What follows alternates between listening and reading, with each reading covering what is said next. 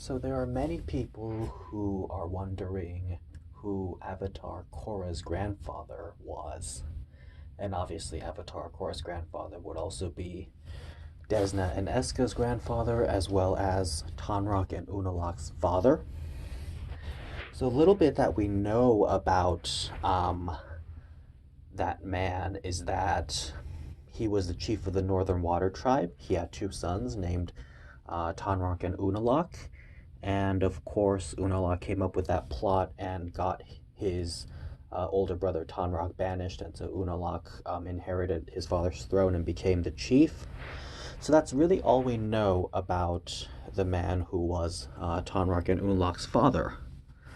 Now, there's theories floating around that maybe that man was Sokka, but I don't believe that's true, and I really don't see how because Sokka lived in the Southern Water Tribe, and Tonraq and Unalaq's father was the chief of the Northern Water Tribe, so that doesn't work out or fit. And if Sokka were the father of Tonraq and Unalaq, that would be a big deal, and it would certainly have been stressed and brought up in the show at some point.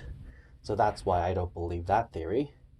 And there's many other reasons why, but those are the main reasons. So my speculation is actually that Tonraq and Unalaq's father was Han. If you remember Han from book one of Avatar The Last Airbender, Han was the man who was, or I guess the boy who was supposed to marry Princess Yue, who and to become the moon spirit. So yeah. Now, there's a few reasons why I think that was the case. Because if you remember, the chief of the Northern Water Tribe in Book 1 of Avatar The Last Airbender was Chief Arnook, and as far as I know, he just had his daughter, Princess Yue, and obviously, Princess Yue sacrificed herself to become the moon spirit, so she would no longer in the physical world, so Arnook is left without really anyone to inherit the throne.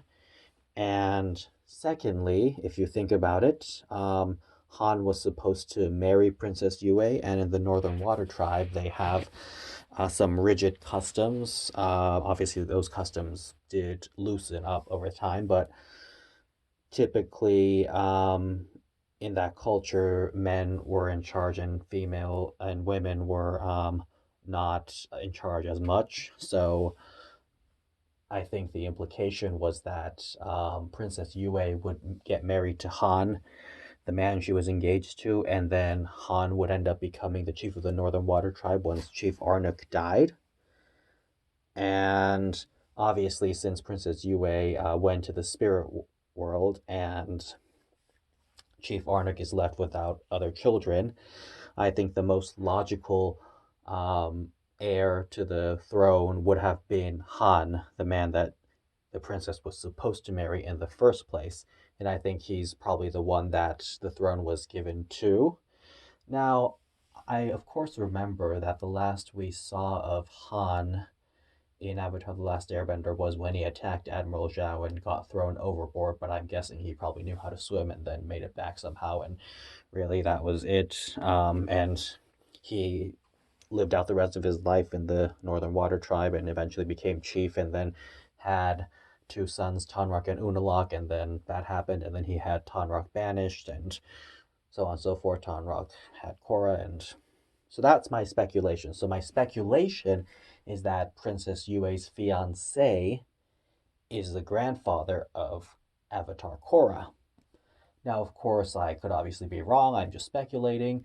So maybe the chief guy is just a random guy that ended up becoming the new chief after the death of Arnook, or who knows what the case may have been. And no, I don't think that Tonraq and Unalaq's father was Chief Arnook himself, because Chief Arnook would have been really, really old at that point because he was already very old in Book 1 of Avatar The Last Airbender. So if so, there's no way.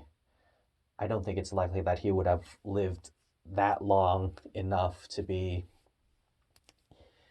have made it to that point in the timeline. So that is my opinion on that. So who knows? I guess Maybe we'll know somewhere down the line, but I look forward to finding out what the truth is, if the truth is ever revealed.